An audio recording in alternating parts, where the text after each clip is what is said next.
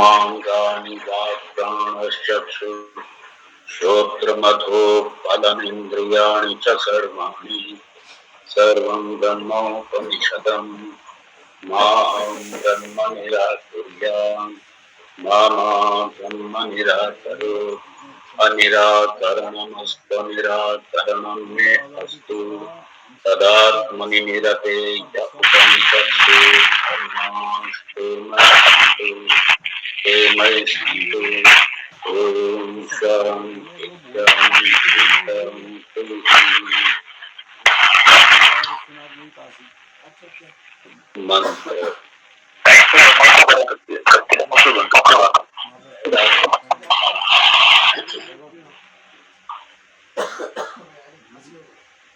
प्राणेन न प्राणिति येन प्राण प्रणीयते तदेव ब्रह्म त्वं विद्धि नेदं यदिदमुपासते।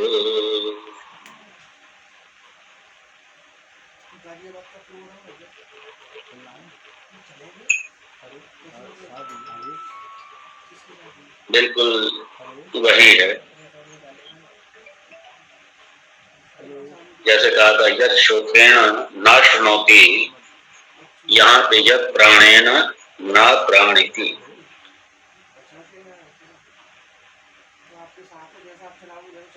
यहाँ भगवान भाष्यकार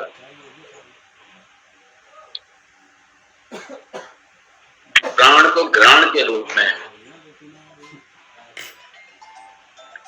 घ्राण, क्योंकि आप यदि कुछ भी आप सूंघते हैं, चाहे वो खुशबू हो या बदबू हो, तो आप जब खुशबू कुछ भी सूंघते हैं आप, तो आप श्वास लेते हैं अंदर और श्वास के माध्यम से बदबू या खुशबू जो कुछ है वो आपके अंदर है, इसी प्राण के द्वारा। क्योंकि बिना ब्रीदिंग के, बिना श्वास लिए आप सूंघ नहीं सकते कुछ भी। आप कुछ भी सूंघ के, आप जैसे मान लीजिए आप श्वास लेना बंद कर दीजिए, बिल्कुल बिल्कुल ना श्वास लीजिए, आपको पता ही नहीं चलेगा कि क्या खुशबू या क्या बदबू। इसलिए कई बार हमने देखा लोग ट्रेन में, बस में या कहीं सफर कर रहे होते हैं, इवन अपनी गाड़ी में भी, और अगर कोई बदबू वाला एरिया आ जाता है तो लोग क्या करेंगे, श्वास लेना बंद कर देंगे कुछ क्षणों के लिए। अब जो चली गई है बदबू या खुशबू, वो तो चली गई, लेकिन आगे और ज्यादा ना जाए बदबू अंदर, तो क्या करेंगे, नाक बंद कर लेंगे, श्वास लेना रोक देंगे। तो इसलिए यहाँ पे नासिका रंध्र, ये नासिका रंध्र, जो नासिका रंध्र, और इसमें जो स्थित है क्या, प्राण, क्योंकि इसी के माध्यम से हम प्राण को लेते हैं, मुंह से भी लेते हैं। देखिए प्राण का जो स्रोत है वो भोजन के द्वारा, वायु के द्वारा, सूर्य के द्वारा, मुख्य तो भोजन ही, इसके द्वारा हम प्राण देते हैं।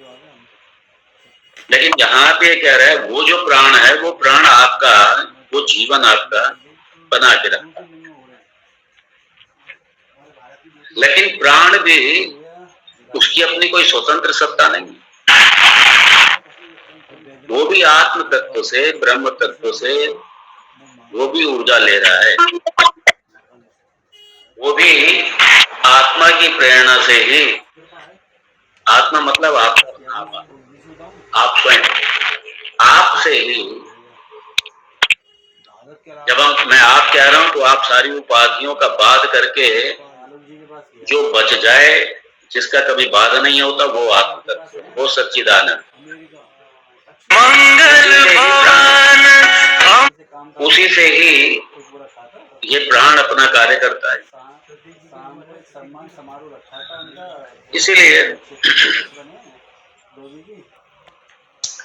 और प्राण जब होता है शरीर में तो प्राण से ही सारी चेष्टाएं होती हैं। जितना फिजियोलॉजिकल सिस्टम है वो सारा प्राण है।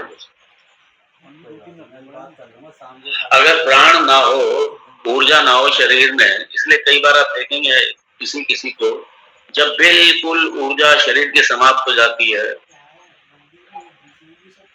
हाथ काम करना बंद कर देंगे, हाथ अपनी जगह से हिलना बंद कर देंगे, हाथ उठा नहीं पाता, ऊर्जा ही नहीं, प्राण नहीं।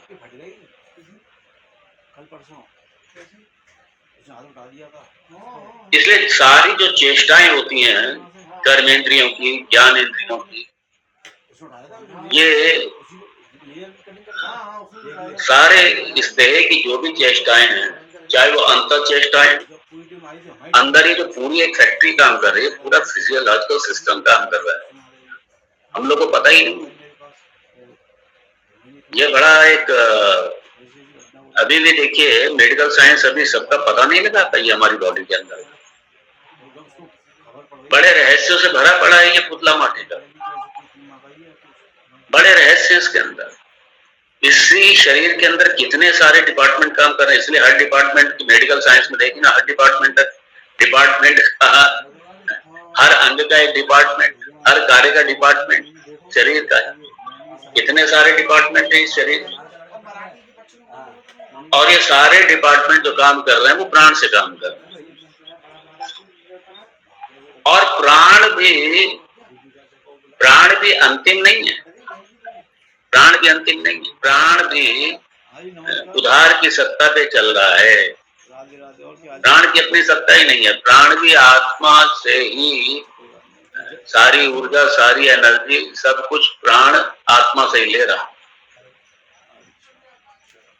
और उसके बाद में प्राण काम कर रहा है। मंडी में नेटवर्क कम आते हैं। अच्छा, कोई दिक्कत तो नहीं। तो जो आत्म तत्व है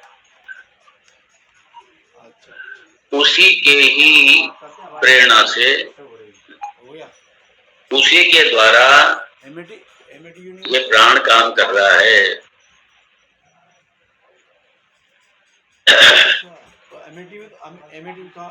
और इसलिए घ्राण प्राण, ये जो घ्राणेन्द्रिय और घ्राणेन्द्रिय बिना प्राण के काम नहीं करता, बिना ब्रीदिंग के घ्राणेन्द्रिय काम नहीं करता। इसलिए भगवान शंकराचार्य लिखते हैं उसमें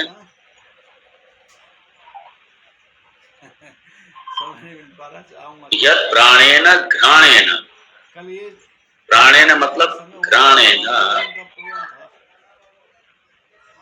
पार्थिवेन नासिका पुटान्तरवस्थितेन अंतःकरण प्राण वृत्तिभ्याम सहितेन यत् न प्राणिति गंधवत् न विषयी करोति।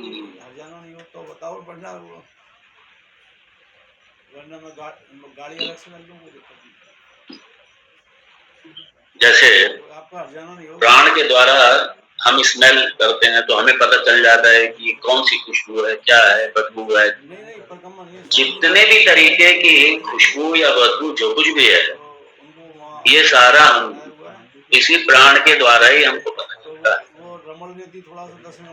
और आत्मा इस तरीके से घ्राणेन्द्रिय का विषय नहीं है, घ्राणेन्द्रिय का विषय नहीं है। अर्थात आत्मा ऐसे नहीं है कि सूंघ करके पता लगा लेंगे, स्मेल करके पता लगा लेंगे, स्मेल से दिखाई दे जाएगा, सूंघ करके आप पता लगा लेंगे, सूंघ करके पता नहीं लगा सकते। क्यों? आत्मा घ्राणेन्द्रिय का विषय ही नहीं, घ्राणेन्द्रिय भी उसी आत्म तत्व पर अवलंबित है। इसीलिए ये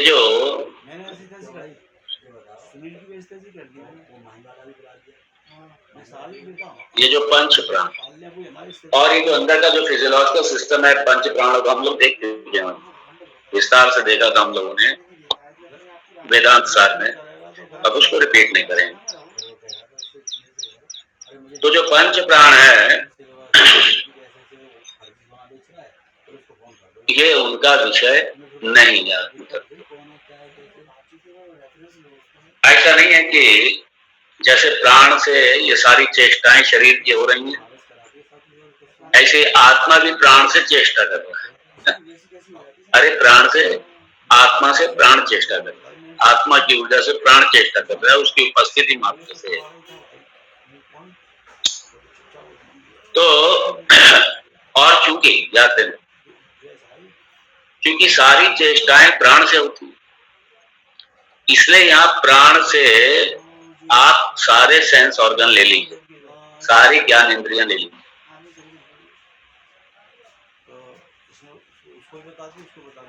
तो घ्राण भी इसमें आ गया, इसमें सब आ गया, श्रोत्र भी आ गया, घ्राण भी आ गया, चक्षु भी आ गया, त्वक भी आ गया, सब आ गया, टेस्ट भी आ गया, टेस्ट भी आ गया। ऐसे शरीर का जब प्राण बिल्कुल कमजोर हो जाए, बिल्कुल निढाल उसमें चला जाए, उसमें निगलने की भी क्षमता नहीं रहती यार, उसे पता ही नहीं मुंह में क्या डाल, कुछ नहीं पता उसे। जब ऐसे जब प्राण बिल्कुल शरीर के बिल्कुल अंतिम अवस्था में आ जाए, शरीर में बिल्कुल जान ना हो बिल्कुल, और आप उस समय उस व्यक्ति के डालिए मुंह में, उसे कुछ पता ही नहीं रहे, क्योंकि प्राण इतना वीक हो गया कि उसे कुछ पता ही नहीं।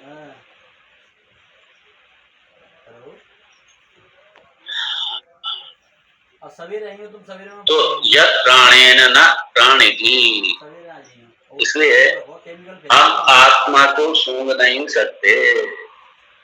आत्मा प्राणेन न प्राणिति येन प्राणा प्रणीयते,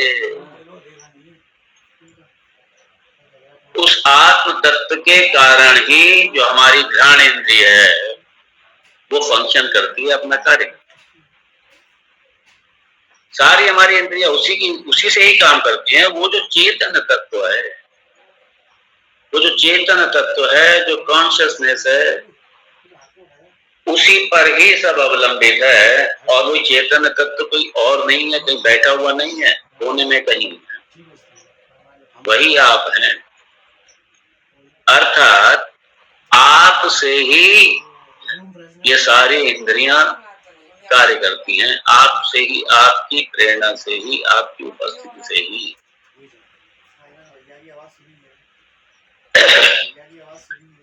तो यहाँ पे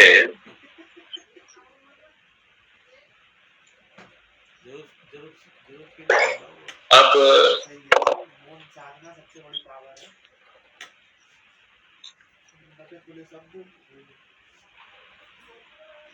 यत् प्राणेन न प्राणिति, मतलब ये आत्म तत्व ऐसा नहीं है जो प्राण से प्राणवान बनेगा, कि जैसे शरीर के सारे अंग हैं ऐसी आत्म तत्व भी है। तो जैसे सारी चेष्टाएं, सारे अंग शरीर के प्राण से ही चलते हैं सब, ऐसे आत्म तत्व भी प्राण से कार्य करेगा नहीं। आत्म तत्व प्राण से प्राणवान नहीं होता है, बल्कि प्राण प्राणवान होता है आत्म तत्व से। अर्थात शरीर कब तक जिंदा रह जाता है? जब तक श्वास चल रही है। जब तक श्वास चल रही है मतलब जब तक प्राण चल रहा है। तो जब तक प्राण चल रहा है तब तक ये शरीर जिंदा, मतलब जीवित रहता है। प्राणिति मतलब ये जीवित रहता है, जब तक श्वास चल रही है तब तक ये जीवित है, प्राण से जीवित है। तो ये जो शरीर है, ये शरीर यही है कि श्वास चले तो समझो जिंदा है, श्वास रुक जाए तो समझो मर जाए। लेकिन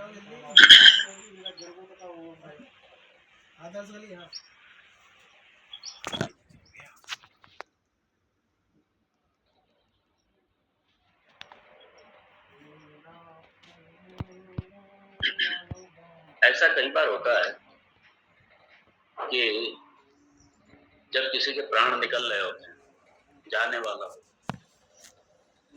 और ये भी पल्स के आधार पर ही डॉक्टर तय करते हैं। जब बिल्कुल पल्स बंद हो गई, मतलब प्राण बिल्कुल बंद हो गया, रुक गए, तो समझो वो चला, उसकी मृत्यु हो। और ऐसा भी देखा है कई बार, मैंने देखा एक बार, एक केस ऐसा भी देखा, हॉस्पिटल में देखा। मेरे सामने एक हार्ट पेशेंट था, उसको थोड़ी देर पहले अटैक पड़ा था और वो लगभग मरणासन में ही जाने वाला। हॉस्पिटल में लाया गया और 2-3 डॉक्टर्स वो सीधा वो छाती पे हाथ मार करके उसको पंप करने लगे जोर जोर से, और एक डॉक्टर अपने मुंह से उसका मुंह सटा करके और जोर जोर से अंदर मुंह में तो फूंक मारने लगा, तेजी से बहुत फूंक मारने लगा। वो लगभग मरणासन में था, थोड़ा बहुत उसका हल्का फुल्का प्राण था। और मैंने देखा है कि 2-3 डॉक्टर्स उन्होंने ना वो समझ गया वो क्या करना, उन्होंने उसी टाइम देखा, थोड़ा सा पल्स चलने लगी, थोड़ा श्वास आ गई, जल्दी से उन्होंने फिर ऑक्सीजन लगाया, जल्दी से जो करना था मेडिकल किया और वो उस व्यक्ति को उन्होंने बचाया। तो कहने का मतलब है ये प्राण के ही आधार पर ये तय होता है कि ये जिंदा है या मर गया है, ये प्राण ही तय करता है। और प्राण कैसे, ये जो भी पल्स सिस्टम है तो डॉक्टर्स उसके आधार पर तय करते हैं।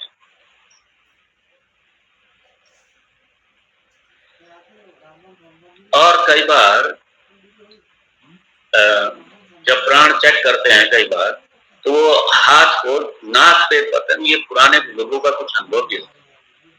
और मेडिकल साइंस में मैंने देखा नाक के उंगली लगाएंगे, ऐसे करके उंगली लगाएंगे, पता नहीं किस तरीके से चेक करते हैं। उनकी अपने बहुत सेंसिटिव ये सिस्टम है, ये सबको समझ में नहीं आएगा, लेकिन जो मेडिकल साइंस में लगे हुए हैं, जो पहले आयुर्वेद के इस तरीके के कुछ चिकित्सक थे, कुछ वैद्य भी थे, जो इस तरीके से प्राणों का पता लगाते, और फिर उसको देख करके पता चल जाता था कि सांस चल रही है, नहीं चल रही है, रुक गई है, क्या है, जिंदा है, क्या है, क्या नहीं।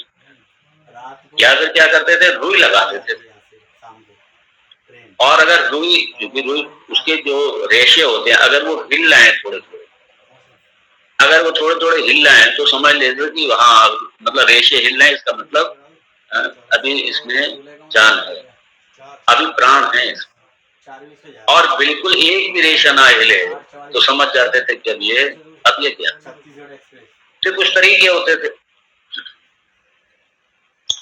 इसलिए जब सांस चलती है तब जिंदा है, सांस रुक गई तो क्या हुआ, क्या।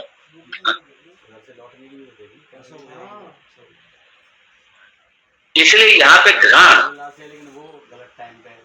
प्राण को घ्राण भाष्यकार इसलिए लिखते हैं जब प्राणेन मतलब घ्राणेन, घ्राण से, क्योंकि अगर श्वास नहीं चलेगी ना, तो अंदर की जो इंटरनल चेष्टाएं हैं, जो ब्लड सर्कुलेशन है, वो भी नहीं होगी, कुछ नहीं होगा। तो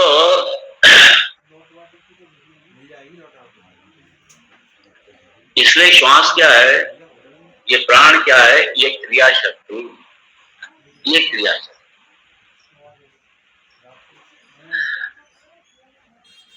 तो जब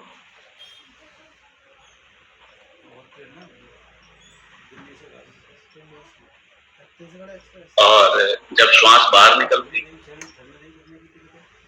देखिए इसे बड़ा सुंदर सिस्टम है। श्वास बाहर निकलती है और अंदर फेफड़े मजबूत होते हैं, उसकी खींचने की शक्ति है। तो जो खींचने की शक्ति है वो अगर बनी रहती है, जो खींचने की शक्ति है तो जब बनी रहती है तो श्वास अंदर बाहर आती रहती है।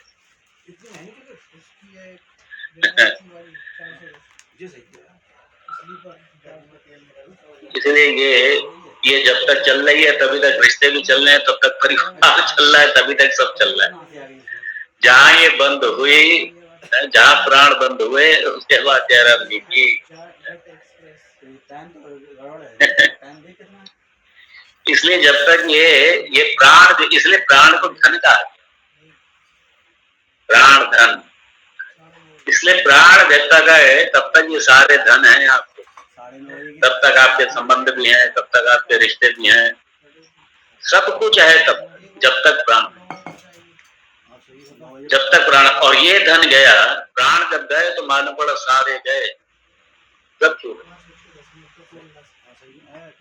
इसलिए प्राण बड़ा कीमती धन है, ये बहुत कीमती धन। लेकिन इस प्राण का भी अपनी कोई सत्ता नहीं है। ये प्राण भी अगर कार्य कर रहा है तो आत्मसत्ता से ही, ये आत्मसत्ता से ही कार्य कर रहा है, इसकी अपनी कोई सत्ता नहीं है। ये आश्रित है आत्मसत्ता के ऊपर, ये आत्मसत्ता के ऊपर आश्रित है।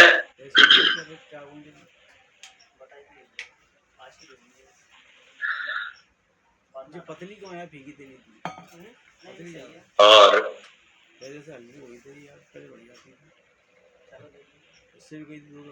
देखिए सब चले जाएंगे, ये सारे जितनी उपाधियां हैं सब जाएंगे, सारी उपाधियां जाएंगी, लेकिन उपाधियों का जो दृष्टा है, जो प्राण का भी दृष्टा,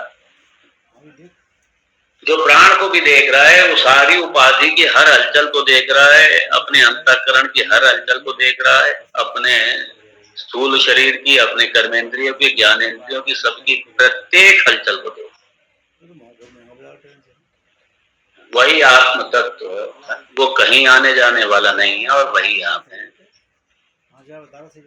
इसलिए आप कहीं आने जाने वाले नहीं है। ये जो भोगायतनम, ये जो स्थूल देह है भोगायतनम, और इसका जो सूक्ष्म शरीर है ये भोग साधनम। तो ये भोग आयतनम और भोग साधनम ये आपको मिला हुआ है, और इससे आप अपने प्रारब्ध को भोगिए,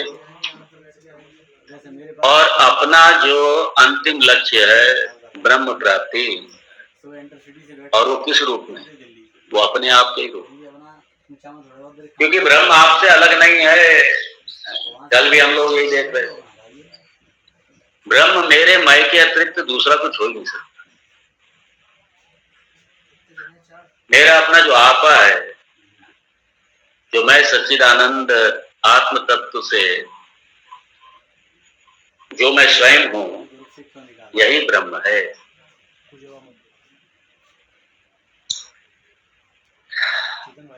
तो और ये आत्म तत्व यही अमर है, यही अजर अमर है, मतलब आप अजर अमर हैं। यही तो मृत्यु को जीतना है, यही तो मृत्यु के पार चले जाना, अपने आप को अजर अमर समझना, बोध होना, इसका ज्ञान होना, इसका यही मृत्यु के पार चले जाना है, मृत्यु को जीत लेना है, अर्थात ब्रह्म पद को पा लेना है, आत्म स्वराज्य को पा लेना है। यही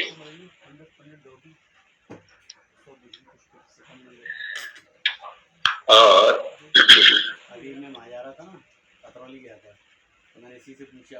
प्राणस्य प्राणः,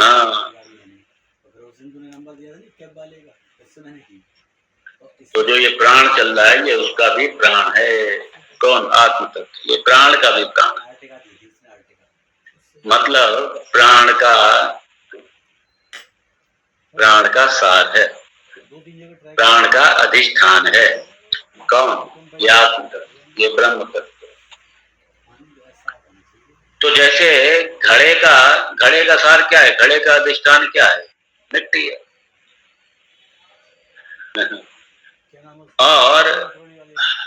और उसके जो औजार हैं जिससे वो बना है। और अब जैसे मान लीजिए आभूषण है, स्वर्ण के आभूषण है, उनका सार क्या है? सोना है भाई। तो ऐसे जो हमारे प्राण का सार क्या है, बोले परमात्मा है, आत्मा है, ब्रह्म है। इसलिए कभी भी अपने आप को आत्म रूप से देखिए, छोटे रूप से नहीं देखना है। जैसे हम देह दृष्टि से देखते हैं, उपाधि की दृष्टि से देखते हैं, सारी प्रॉब्लम वहीं आ जाती है। और यहाँ चूंकि उपाधि से अपने आप को पृथक करके आत्म रूप से देखना है, यहाँ पे स्थूल शरीर और सूक्ष्म शरीर बाधित हो गए, अपवाद हो गया, और आपका बाध नहीं हुआ। क्यों? आप सबके देखिए, अभी तक सबका एनालिसिस हम लोग करते रहे। ये सब आने जाने वाले प्राण है, मन है, इंद्रियां सब आने जाने वाले हैं। सब क्या है? आगमा पाई है सारे। ये सब अनात्मा है, ये भौतिक तत्व है, ये सारा सब भौतिक तत्व अनात्मा है, ये सारा जड़ प्रपंच है। और जो मैं, इसका इन सबसे न्यारा, इनका एनालिसिस करने वाला है, इन सबका दृष्टा मैं बिल्कुल निर्विकार हूं। मैं आगमापाई नहीं हूं, मैं कूटस्थ हूं, अचल हूं, ध्रुव हूं, सनातन। मैंने तो आपका नंबर और लोगों को भी सेंड कर दिया। कूटस्थ हूं, अचल हूं, ध्रुव हूं, सनातन हूं, ये मेरा स्वरूप है। इसलिए अपने आप को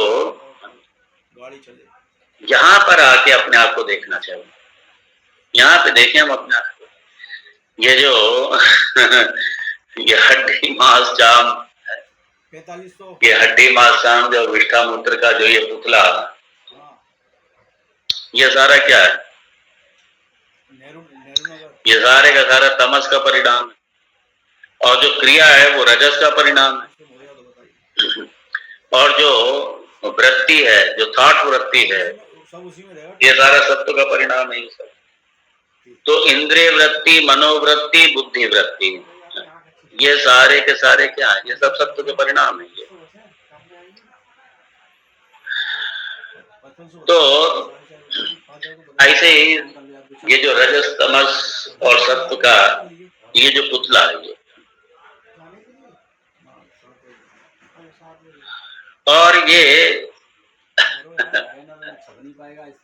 इन तीनों का जो साक्षी है, सबका जो साक्षी है वो क्या है? वो चेतन तत्व, आत्म तत्व।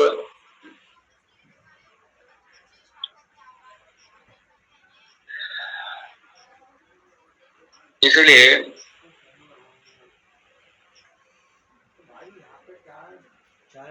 ये जो सात्विक, राजसिक और तामसिक, सत, रज, तम, ये त्रिगुणात्मिका माया, ये जो त्रिगुणात्मिका माया है ना, यही हमारी सारी की सारी जितनी प्रवृत्ति निवृत्ति है, जो हमारी जो कुछ भी हलचल, हमारी जो कुछ भी, कहीं कोई किसी की खोज है या किसी की तरफ प्रवृत्ति है, कोई भी चेष्टा है, ये सारे का सारा बस ये त्रिगुणात्मिका माया, और त्रिगुणात्मिका माया अतीत, इनके परे, इनका अधिष्ठान रूप से जो आत्म तत्व है, मैं तो वो हूं।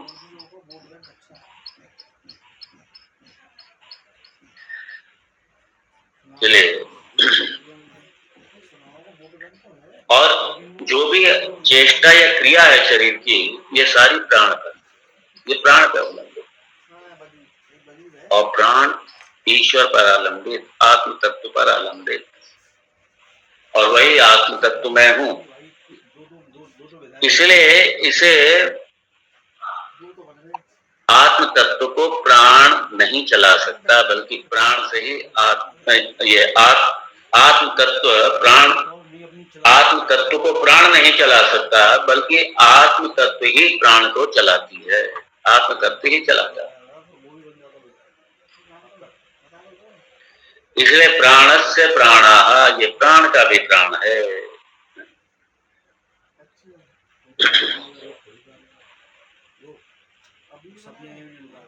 और ये प्राण का प्राण है, प्राण का प्राण। इसलिए जो उपासक हैं, जो भक्त लोग हैं, वो प्राण शक्ति और शक्ति की शक्ति। तो जैसे महाकाली, हनुमान जी, भगवान शिव, तो ये प्राण के प्राण, इसलिए भगवान को प्राण का प्राण कहा जाता है, प्राण का भी प्राण। महाकाली, बजरंग बली, भगवान शिव, दुर्गा, प्राण का प्राण है। और क्या बताया कि मैं, ये क्या है? प्राण का प्राण, ये क्या? यही चित्त शक्ति है, यही चेतन वस्तु है, यही चित्त वस्तु है। और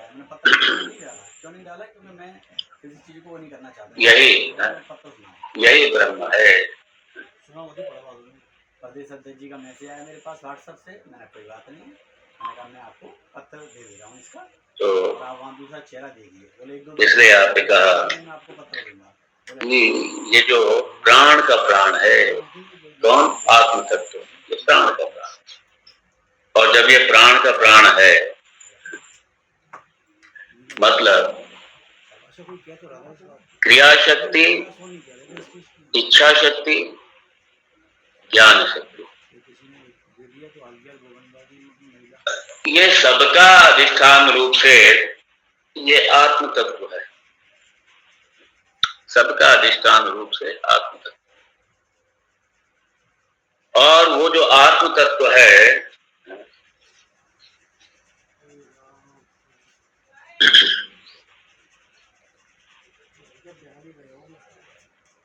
वही आत्म तत्व, वही आत्म तत्व मैं हूं।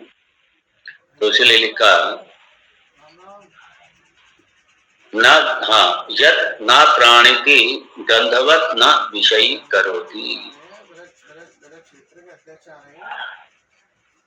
तो ये जो गंधवत प्राण जो है, ऑब्जेक्टिफाई नहीं कर सकता, विषय नहीं कर सकता। किसको? आत्म तत्व। आत्म तत्व जो है प्राण का विषय नहीं है। सीधी सी बात। जैसे हम सूंघ करके कुछ पता लगा लेते हैं, ऐसे हम आत्म तत्व का पता लगाएंगे? नहीं, ऐसा नहीं हो सकता। बल्कि क्या है, येन चैतन्य आत्म ज्योतिषा अवभास्यत्वेन स्वविषय प्रति प्राण प्रणीयते। तो ये ना, जिसके द्वारा, किसके द्वारा? चैतन्य आत्म ज्योतिषा, वो जो चैतन्य आत्म ज्योति से अवभास्य,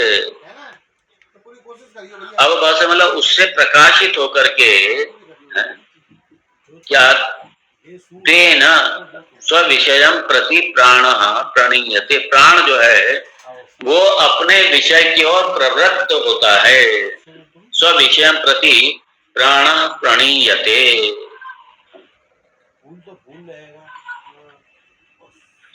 मतलब प्राण जो है, प्राण की अपनी स्वतः उसकी सत्ता नहीं है उसकी कोई, वो भी चैतन्य ज्योति आत्म स्वरूप है। जो चैतन्य आत्म ज्योति, आत्मा, उसी के प्रकाश से, उसी की सत्ता से ही प्राण भी सत्तावान होता है, वरना प्राण की भी कोई सत्ता नहीं है। तत्एव, तत्एव, वही ब्रह्म है, वही ब्रह्म।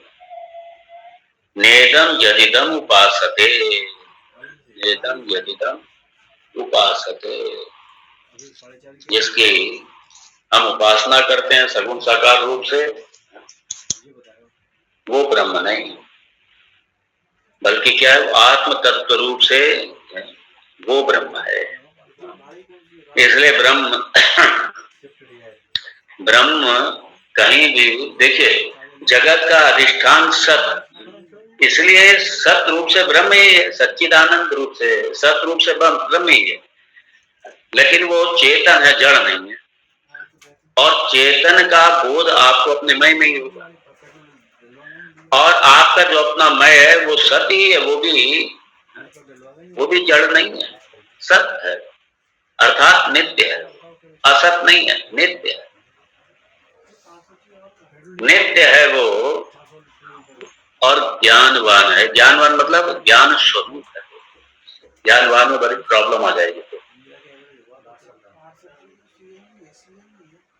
तो वो चैतन्य रूप है, सतरूप है और अनंत है, अनंत है। निराकार जो है ना, वो निराकार में अनंत ही लक्षण घटित हो, क्योंकि अगर किसी सीमा में बांध देंगे तो फिर वो उस सीमा के आकार वाला हो जाएगा। इसलिए अनंत है वो। और कैसा है? सनातन है, हमेशा रहने वाला, नित्य है,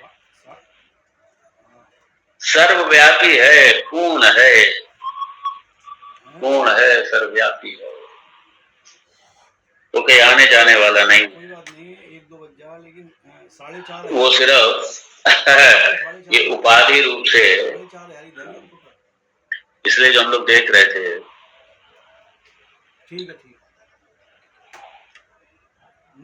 सगुण साकार या निर्गुण निराकार, ध्यान दें। ऐसा नहीं सगुण कहीं अलग बैठा हुआ जाकर, नहीं, हम तो जिसके संग जाते हैं उसको अपने परिवार का सदस्य मानते। तो सगुण साकार के रूप में हम अपने उपासना की दृष्टि से, हम अपनी पूजा की दृष्टि से, हम अपनी उपासना की दृष्टि से, अपने पूजा की दृष्टि से हम अपना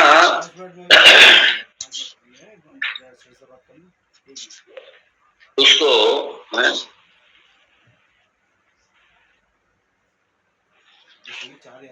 इसलिए कल हम लोग ने जो देखा था,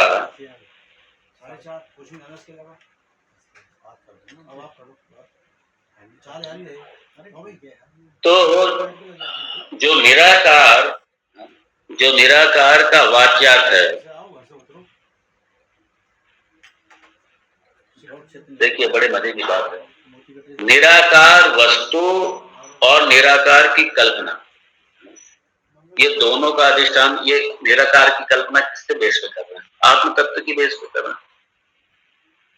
तो दोनों का अधिष्ठान आत्मा ही है, और साकार वस्तु की कल्पना मान लीजिए, उन दोनों का भी अधिष्ठान कौन है? आत्मा ही है। अर्थात आत्मा के होने पर ही, आत्म तत्व के होने पर ही हम निराकार और साकार दोनों की हम कल्पना कर रहे हैं।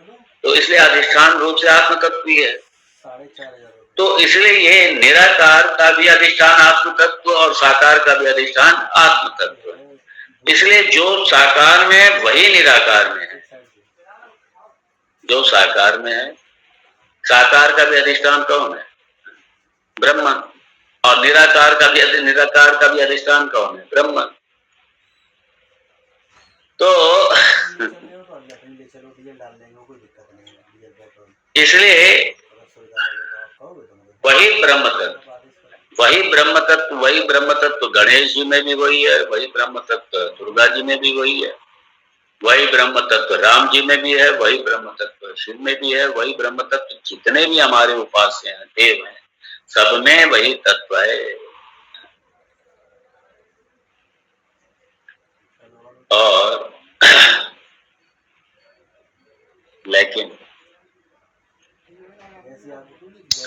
होता क्या है कि अगर हम अपने उपास्य को ही सिर्फ अंतिम मान लेते हैं, ध्यान दें कि बस यही है, बस यही है, ब्रह्म यही है, बस इसके अलावा नहीं है ब्रह्म।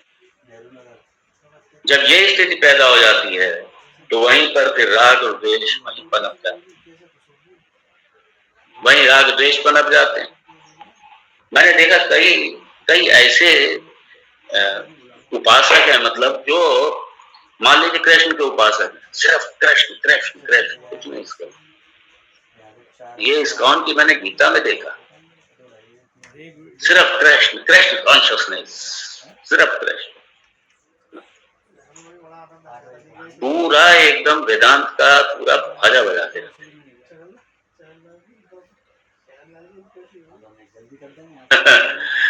अपने ढंग से व्याख्या करते बिल्कुल, और उस पर टाइटल लिखा Bhagavad Gita as it is.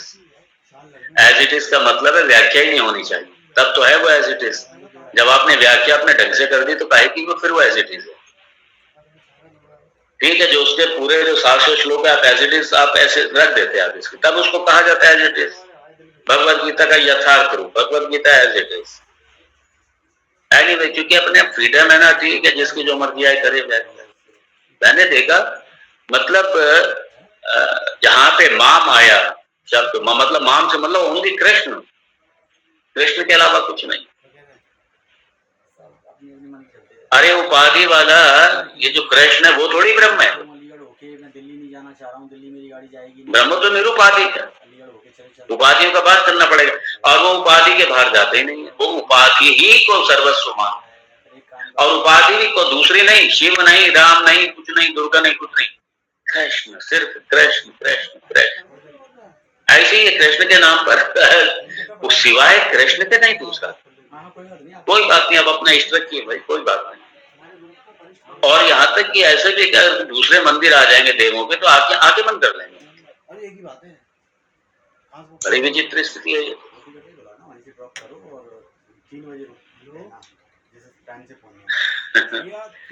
इसलिए क्या होता है, पक्की कर दो, ठीक है, उसको 3 बजे कर देना, जैसे टाइम से पहुंचना। अगर मात्र उपास्य तक ही सीमित रहेंगे तो दुख कभी मिटेगा नहीं, क्लेश कभी समाप्त नहीं। दुख रहेंगे, क्लेश रहेंगे, सब रहेंगे, ये आना जाना लगा रहे, कभी आवागमन समाप्त ही नहीं होगा। ये संसार, ये भवरोग बना ही रहेगा, कभी समाप्त नहीं होगा।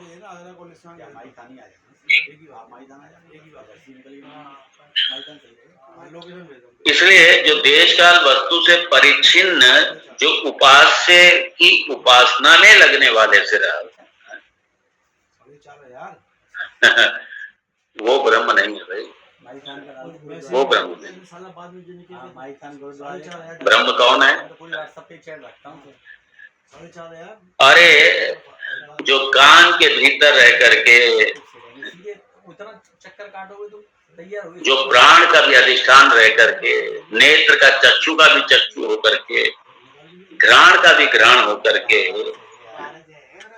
जो इन सबको प्रकाशित करता है वो ब्रह्म है, और वही आप हैं।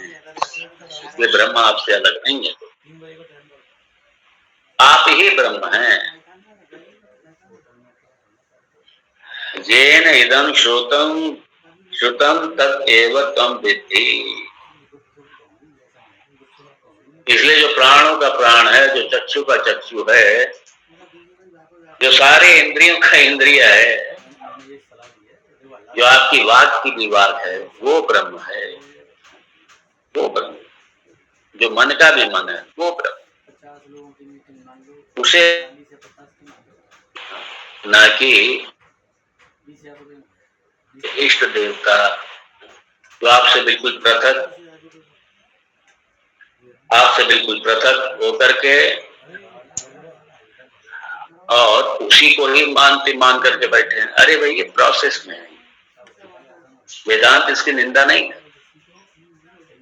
वेदांत ये कहते हैं ये अंतिम नहीं है, ये ब्रह्म नहीं है।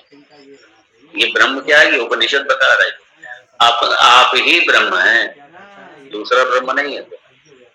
और आप ही ब्रह्म है मतलब निरुपाधिक रूप से, क्योंकि आप सारी अपनी उपाधियों के और उपाधि के प्रत्येक कर्म के आप साक्षी हैं, आप दृष्टा हैं।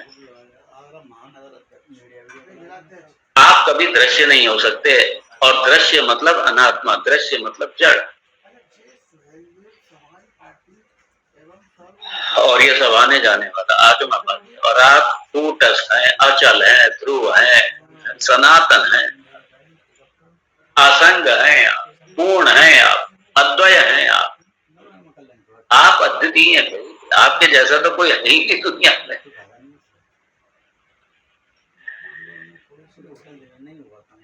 कितना एक अलग एक सेल्फ एस्टीम डेवलप होती है जब अपने स्वरूप के बारे में जानते हैं, अपने आप के बारे में जानते हैं। इसलिए वह काहे का झगड़ा। इसलिए आत्म तत्व जो है, यहाँ झगड़े का कोई स्थान ही नहीं। क्यों? क्योंकि झगड़ा भी दूसरे से होता है ना। दूसरा कोई है ही नहीं, झगड़ा करोगे इससे? जब सब कुछ अपना आपा ही है और अपने आप से कभी कोई नफरत नहीं करता, नफरत कभी नहीं करता। अपना आपा सबको प्रिय है, अपने आप से कोई दुनिया का कोई प्राणी नफरत नहीं करता और सबसे प्रिय अपना आपा ही है, यही प्रेमास्पद है, सबसे प्रिय है। इसलिए जो कुछ भी करते हैं अपने लिए ही करते हैं। क्यों? अपने आपा यही सबसे प्रिय है। और जब ये बोध हो जाए कि अपने अलावा कुछ है ही नहीं दूसरा, इदम सर्वम आत्ममय, काहे का झगड़ा होगा, किससे झगड़ा होगा? सारे क्लेश समाप्त हो जाएंगे। इसलिए जब तक द्वैत है, इसलिए अगर उपासक ये माने कि बस अब यही अंतिम है, बस मेरा उपास्य मेरा भगवान है और मैं भक्त हूं उसका, और अगर यही अंतिम है, ये द्वैत है और द्वैत में संसार से मुक्ति नहीं। जब तक द्वैत है तभी तक दुख है, जब तक द्वैत है तभी तक क्लेश है, और जब तक द्वैत है तभी तक ये सारी समस्याएं हैं। जब तक द्वैत है तभी तक संसार है। इसलिए द्वैत सारी समस्याओं का मूल है, और द्वैत का मूल अज्ञान है। लेकिन अब ये पता चलना चाहिए ना कि मुझे अज्ञान है, मैं अज्ञानी, तभी तो ज्ञान की तरफ बढ़ेंगे। और अगर यही मैं लेंगे भाई मैं सब जानता हूँ, मुझे तो सब पता ही है, मैं सब जानता हूँ, मुझे सब पता है, और जो मैं जानता हूँ बस यही सही है, तो फिर क्या आगे बढ़ेंगे? बढ़ ही नहीं सकते। तदेव ब्रह्म त्वं विद्धि नेदम यदिदम उपासते। अब इसी मंत्र के साथ में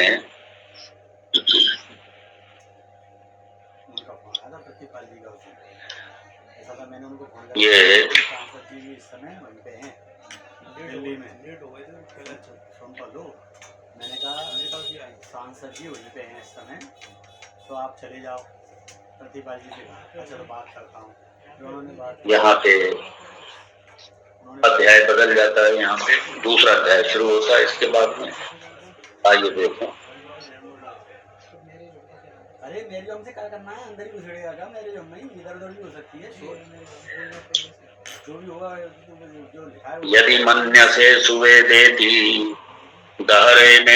दहरमेवाकिन्नम् तं वेत्थ ब्रह्मणो रूपम् जरस्य त्वं जरस्य देवेषु अथनु मीमांस्यमेव ते मन्ये विदितम्।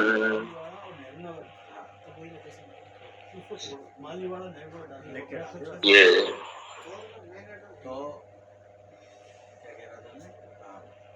तो फिर रात को मैंने फोन लगाया, तो मैं आपके पास लगाना यहाँ पे आपके पास नहीं लगा, डायरेक्ट उनके पास लगा दिया। भैया है ना, तो बड़ा सूक्ष्म एनालिसिस है। दिल्ली में तो ब्रह्म जो है तो बोले क्या जाएंगे सुबह, क्या ना तो ज्ञान का विषय है और ना ही ज्ञान का अभिमानी, बल्कि ब्रह्म ज्ञान स्वरूप। मैं एक दो बार मांग भी चुका हूँ भैया से, लेकिन नहीं आपका तो बन गया। ज्ञान का अभिमानी नहीं है, और यदि ये अभिमान आया कि मुझे ब्रह्म ज्ञान हो गया, मैंने ब्रह्म को जान लिया, तो फिर एक और लड़की को जुड़ा था, मैंने उसको फोन किया, मैंने ब्रह्म को जान लिया।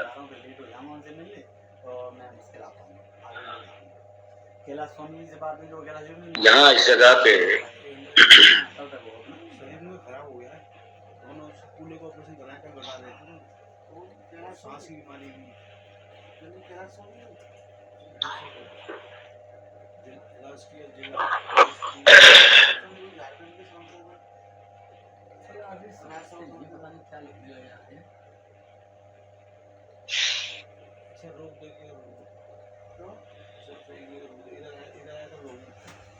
उपनिषद जो हमारी गुरुकुल परंपरा, तो गुरु शिष्य परंपरा,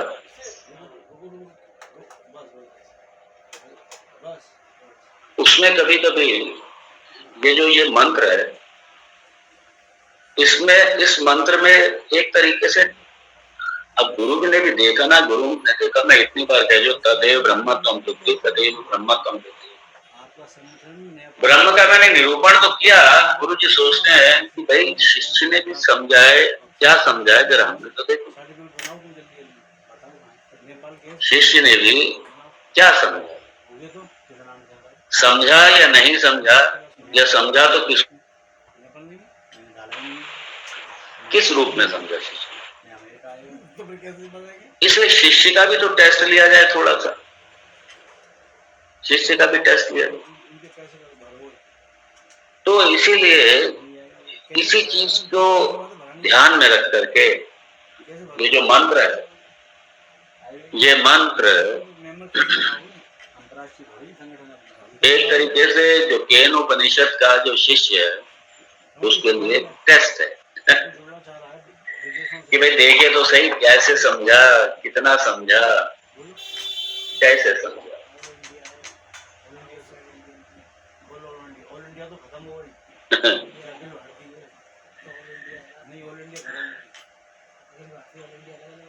मान लीजिए अगर शिष्य ये कहता है, गुरु पूछता है कि क्या तुमने आत्मा को जान लिया? अब देखना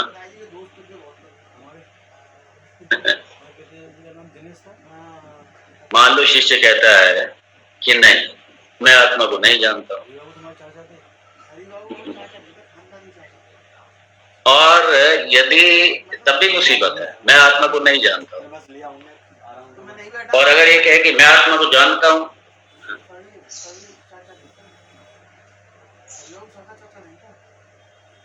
मतलब मैं आत्मा को जानता हूं मतलब क्या, एक ऑब्जेक्ट के रूप में अपने से पृथक मान,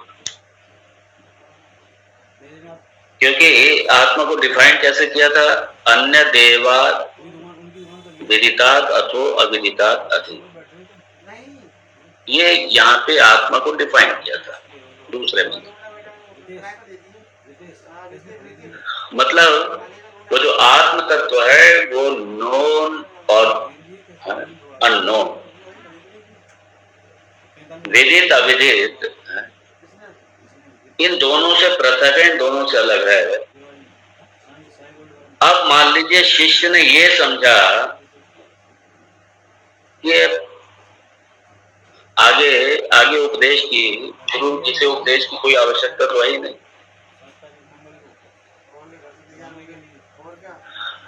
और इसलिए वो कहता है बस अगर वो कहे कि मैं जानता हूं, और ये विदित अविदिता दोनों से अधिक, दोनों से परे है, दोनों से अलग है, और वो क्या मैं जानता हूं मतलब विदित मैं जानता हूं मैं, इसलिए वो ये नहीं कह सकता कि मैं जानता हूं। इसलिए यहाँ पे जो शिष्य है, ये शिष्य भी बड़ा सुंदर उत्तर देता है, बड़ा ही सुंदर उत्तर देता है, और शिष्य भी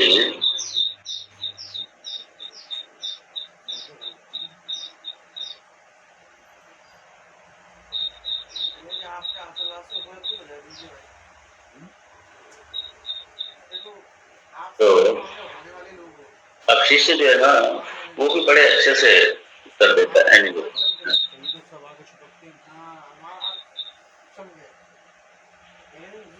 आइए देखें पहले मंत्र को। 2021 से पहले कोई जानता नहीं था, सब सबूत है मेरे को। यदि मन्यसे सुवेद ही, यदि मन्यसे, गुरु कह रहे हैं यहाँ पे मान लो, आप ऐसे मानते हैं, यदि मन्यसे, यदि आप ये मानते हैं, आप ऐसा मानते हैं, क्या मानते हैं, सुवेद इति, कि मैं बहुत अच्छी तरह से जानता हूं। यदि आप ये मानते हैं कि मैं उस तत्व को बहुत अच्छी तरह से जानता हूं, तो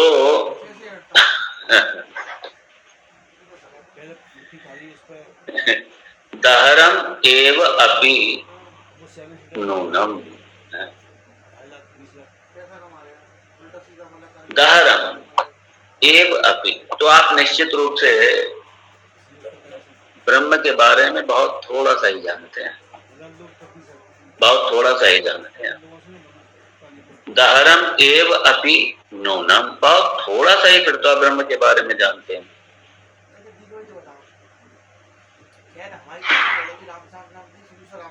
निश्चित रूप से है?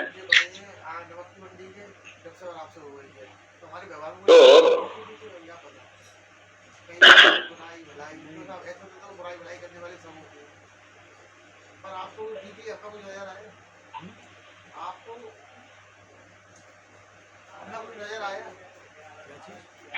तो गहरम एव अपि नूनम तम वेद,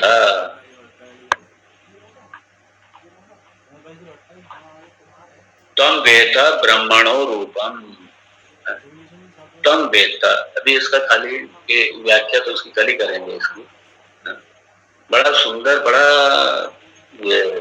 बड़ा सूक्ष्म मंत्र है। और ये प्रथम, ये जो दूसरा जो अध्याय है, इसके ये जो मंत्र हैं चार, ये 5 मंत्र हैं इसमें दूसरे अध्याय। ये 4 मंत्र हैं, ये 4 पूरे ये रहस्य बड़े सूक्ष्म स्तर पर एनालिसिस हुआ है और बड़ा रहस्य है। इसलिए अगर कहीं शब्दार्थ लेकर के बैठ गए, ट्रांसलेशन लेके बैठ के कुछ पल्ले नहीं पड़ने का।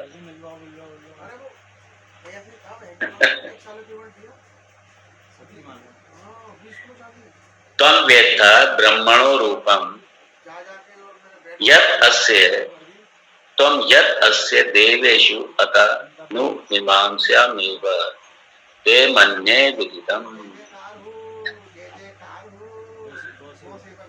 क्या कह रहे हैं?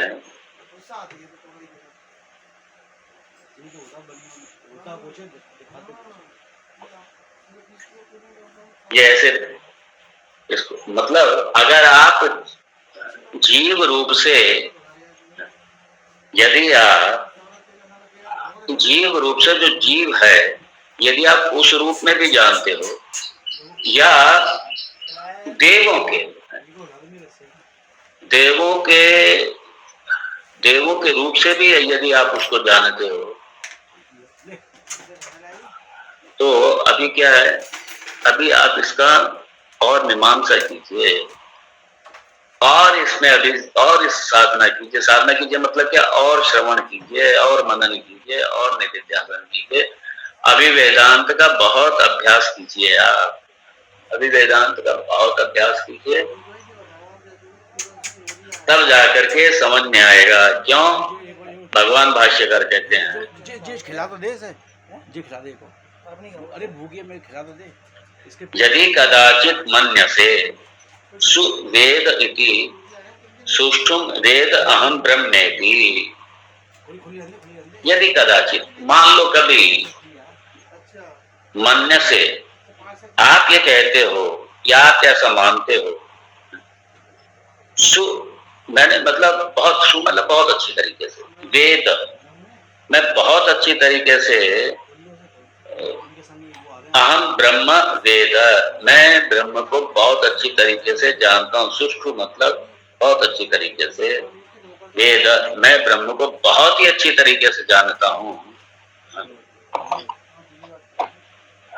यदि ऐसा मानते हो, अब देखिए, कदाचित यथा श्रुतम दुर्विज्ञेयम अति,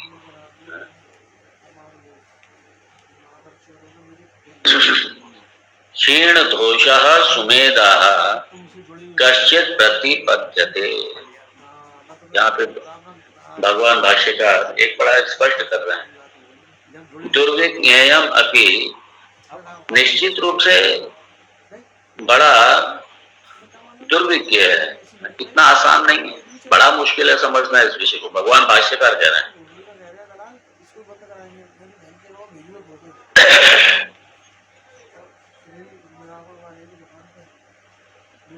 और इतना दुर्विज्ञ विषय को यदि कोई समझ लेता है, लेकिन ये भी बड़ा स्पष्ट किया कि कौन समझ ले। क्षीण दोषः सुमेधः, ये स्पष्ट किया, मतलब अधिकारी होना चाहिए। क्षीण दोषः, सारे दोष उसके क्षीण हो गए हों, अर्थात अधिकारी हो, साधन चतुष्टय संपन्न अधिकारी हो, विवेकी हो, सुमेधा विवेकी हो, बुद्धिमान हो, विवेकी हो, और जिसके सारे दोष क्षीण हो गए हों, ऐसा ऐसा ये दुर्विज्ञ विषय को कदाचित यथाश्रुतम वो समझ भी लेता है, और कश्चिन नेति, और बहुत से लोग हैं नहीं भी समझते हैं, नहीं भी समझते हैं। तो कोई समझ भी लेता, और समझ कौन लेता है? जिसके दोष क्षीण हो गए हैं, जो विवेकी है, बुद्धिमान है, जिसके दोष क्षीण हो गए हैं, जो अधिकारी है, ऐसे लोग समझ भी लेते हैं, और कुछ नहीं भी समझते हैं। और कोई समझ भी लेते हैं, कोई नहीं भी समझ लेते हैं, कोई विपरीत भी समझ लेते हैं, ऐसा भी होता है। तो गुरु को इसी शंकाओं को ध्यान में रख के गुरु जी कहते हैं, शंका है ना कि भाई पता नहीं समझा नहीं समझा, क्योंकि कोई विपरीत भी समझ लेता है, कोई नहीं भी समझता है, कोई कम समझता है। तो गुरु को इन सब बातों पे शंका के देखे तो सही कि क्या समझा, क्या है, क्या समझा। इसको अब थोड़ा कल इसको अच्छे से देखेंगे। और ओम तत्सत्।